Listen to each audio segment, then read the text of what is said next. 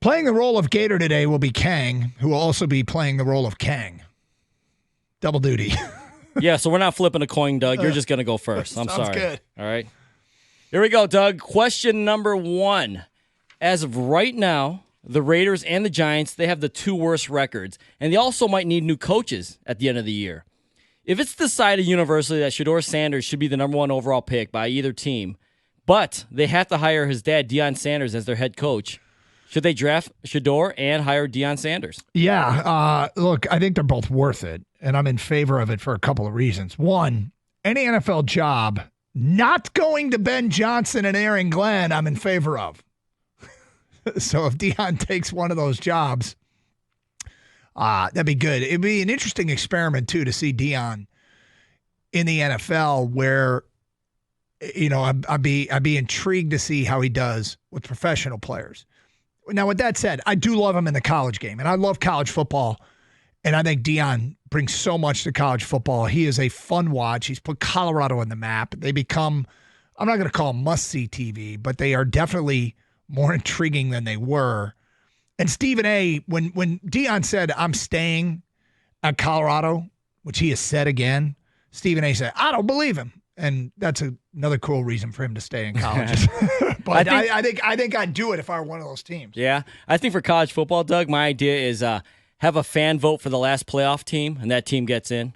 So let's just make things real interesting. I would have voted for Colorado because that would have made things incredibly exciting, just for me, selfishly. As far as this question is concerned, I do not like it when players and their families try to dictate what organizations should do. I generally do not like that. I don't think it's a good idea. I don't think it's a good recipe for things, for how the outcome might turn out. With that being said, though, if Shedeur Sanders is, we all agree this guy should be the number 1 pick, he's going to lead our franchise, and we all agree Deion Sanders is going to be a great NFL coach, it just happens to be his dad, then I think you do that. Otherwise, if you are iffy on either one of them, don't do this, okay? Do not do it just because you get the player. The only way to get the player is to get the coach or vice versa. Don't compromise. Yeah, exactly. Also, though, the problem might be just how do you separate their relationship inside the NFL locker room? I mean, that is still his dad. And this isn't like a Bronny LeBron thing because this is not like nepotism as, hey, we're literally only drafting him because of your dad. No, he's earned, Shedeur has earned the right to be a high draft pick. So in the end, as long as they're both worth it, I would do it. Other than that, stay away. All right, the Atlanta Falcons just kind of made a real bold move here near the end of the season. They're right in the middle of a playoff race, and they decided to bench their veteran quarterback, Kirk Cousins, for rookie Michael Penix. Like I said, they're in a heated playoff race, Doug. This is not over by any means. They could still win that division. Was this the right call? So as an outsider looking in, not privy to what's going on in practice, to me, this is the wrong call. I think there's a better chance that the veteran who's got, I believe, 1 touchdown and 10 interceptions his last 5 games, I think there's a better chance that what that guy's going to do next is better than what the rookie quarterback will do next. But this is why I said as an outsider, because I discovered something when I got to go to Michigan football practice, and fans, why doesn't this guy play? Why doesn't that guy play? And I realized when you're at practice and you're seeing them practice, you realize why they aren't playing. These decisions are typically way more obvious that even an untrained observer like myself, a non-coach like myself, could see why a guy doesn't play. So if Penix is tearing it up in practice and they think his practice performance is starting to get in line with what they're seeing out of Kirk Cousins, then, yeah, you make that call. But I'm not at practice, so I'm going to say it's the wrong call. Yeah, I think this is a more ballsy call than people think. They just think that you read off the numbers, Doug. Kirk Cousins is having a really bad stretch right now, no doubt. But he also has had some really big games this year, and he's got a resume that shows that he can do it, over a long, period of time. He's shown that. Michael Penix, you have no idea what he's going to be.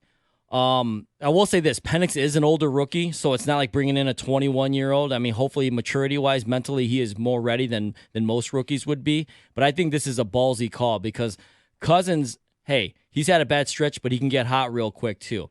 Now, what Penix will provide them is that initial spark, that adrenaline for a team. His mobility will probably keep certain plays alive that Kirk Cousins wasn't able to. But this is no shoe-in just to, hey, go with the other guy, we'll get in the playoffs.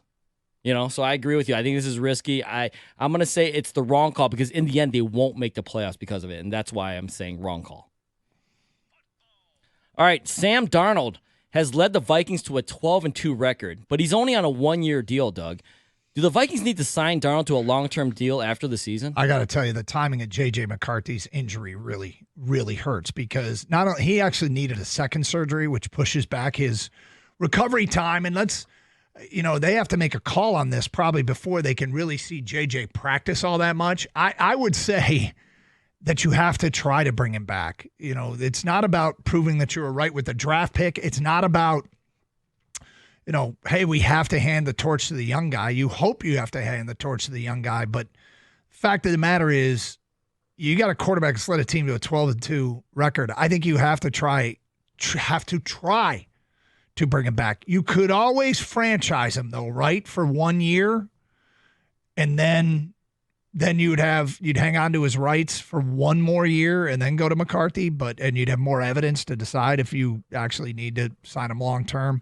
But they got 5 quarterbacks under contract. It's crazy. They got Daniel Jones, they got Nick Mullins, they got Brett Rippon, JJ, and Darnold. Yeah, it's a hell of a quarterback room.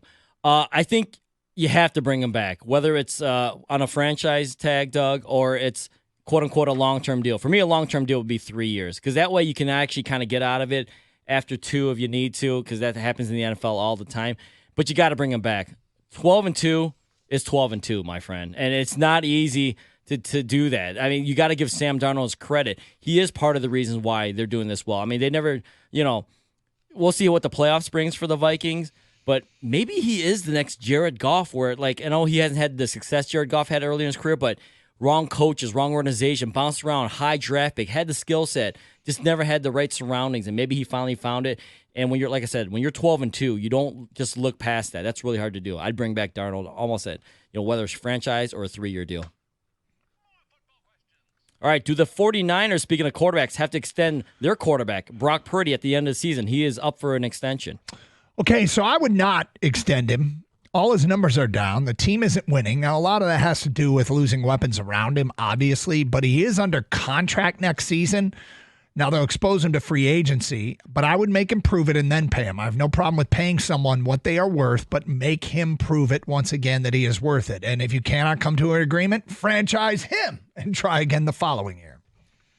I would extend him, Doug. I think I just mentioned before, QBs are hard to come by. This is a QB league, and QBs get paid. I think you end up saving money if you do it now as well instead of waiting. And I know that's the risk reward that GMs do all the time, whether it should extend a guy now or wait till you hits free agency. But I think Brock Purdy is legit. And I think if that costs you a player like Deebo Samuel because you have to pay Brock Purdy, then so be it. Deebo's had a really down year anyways. And then what you got to do is what every team has to do eventually at some point. Draft and develop. So I'd bring back Brock Purdy because it's just the most important position in football, and he can play the position well. All right, another quarterback question, Doug. Quarterback league, like I said. Should the Chiefs rest Patrick Mahomes this week? I know he had a full participation in practice, but they don't have to play him if they don't want to. Yeah, they got a 2-game lead in the AFC with 3 to go. And this would be an easy, no doubt, rest him decision. But the fact that he's been a full practice the last 2 practices. Then I remembered, and I consulted the NFL script, and it says in there that only the Detroit Lions will have important players suffer season-ending injuries. So they should be good. Go ahead and play them. Yeah, I mean, I'm pretty sure they're going to play Patrick Mahomes, but I honestly wouldn't. And I'd give a real strong thought to not playing them. They have that game cushion, and in the end, the Chiefs are that team that can win anywhere, any place, anytime. They're just that they've done it before. This isn't nothing new to them. They've won on the road. They've won at home. And this would be like an extra bye week for Patrick Mahomes. And when we talk about the extra bye week, if the NFL adds another game, things like that, well, guess what? You can actually give your best player, your star player, your most important player a full week to rest up and then come back strong for the stretch run here. I would really think about it, but I doubt they do that, but I would.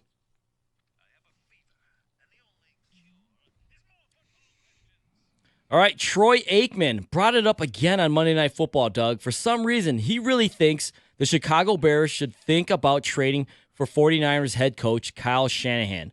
Should they make a trade for Kyle Shanahan? It's funny because I'm in favor of anybody not named Ben Johnson getting any job, but if Kyle Shanahan goes from San Francisco to Chicago, Be objective, Doug. The objective part of me is Ben Johnson would be more likely to be interested in the San Francisco job than the Chicago job.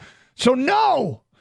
Actually, why do you even bring this up? Why not try and trade for Andy Reid? Why not try and trade for Dan Campbell? Why Kyle Shanahan? I think it's a peculiar suggestion, and I don't know if he's got inside intel or something like that, but I hope he does not get traded to Chicago for the reason that I stated. If you're the Bears, I mean, you can try, see what he can do with Caleb Williams, but I really hope he doesn't. Aikman's plugged in. Maybe he does have some intel, and that's why he keeps bringing this up. As a Lions fan, I don't want the Bears to do this because if he doesn't get traded to the Bears, Kyle Shanahan doesn't get traded, I don't think Ben Johnson would take the Bears job anyways. They're just in disarray with the upper management, the president, the GM. So I don't want the Bears to get better. But if I'm a Bears fan, I would absolutely do this. Now, this would take more than what Denver gave up for Sean Payton, but I think it'd be worth it. They do have an extra second-round pick this year from Carolina, and you can give up future picks, of course. But I think they don't have a clue how to pick the next guy. You know what I mean? Eberflus was a joke. Nagy didn't work out well. This interim coach right now, I feel bad for him. And he was the interim offensive coordinator for like a day before they made him the interim head coach. They don't know how to pick the next guy. So get a more established guy who has a history of developing quarterbacks. And that's the most important thing right now is developing Caleb Williams. So I would trade for Kyle Shanahan. But I don't know if Troy Aikman has any insight or not. All right, last one. Speaking of Kyle Shanahan, he admitted this week they made a mistake by signing Devondre Campbell. He just walked off the field last week, as you know, didn't want to go into the game. This is a safe place, Doug. Safe space right here, okay? Yep. What is your biggest NFL mistake this year? Okay, so I was pushing for the Lions to trade for Devontae Adams. In fact, I think that was one of my preseason bold-ass predictions that the Lions would do that. And yet for significantly less money and without having to give up any compensation, they instead signed Tim Patrick, who's, I think, 2 touchdowns behind Devontae as a number 3 target. And they still have the best offense in the NFL. So I might be changing with the way Buffalo's playing, but they statistically still have the best offense in the NFL. So I didn't need to push that narrative. I went too far. Yeah, no, it's okay. I mean, the third receiver at the time, we didn't know who it was going to be. So I see where you were trying to go with that, but they end up saving some money too.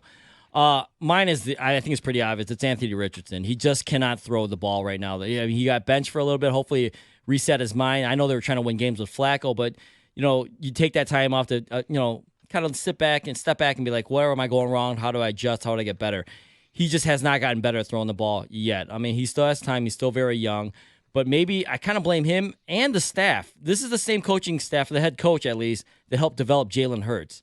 You feel like you could probably do something similar with Anthony Richardson, maybe go to a more college-like offense, run the ball more, but they've got to do better by AR, and this is AR's fault as well, like I said. So my biggest mistake so far was thinking AR could take that next step this year, and he hasn't. And there it is. That concludes the Wide Night Omaha 4 Down Around the League. Blitz thing.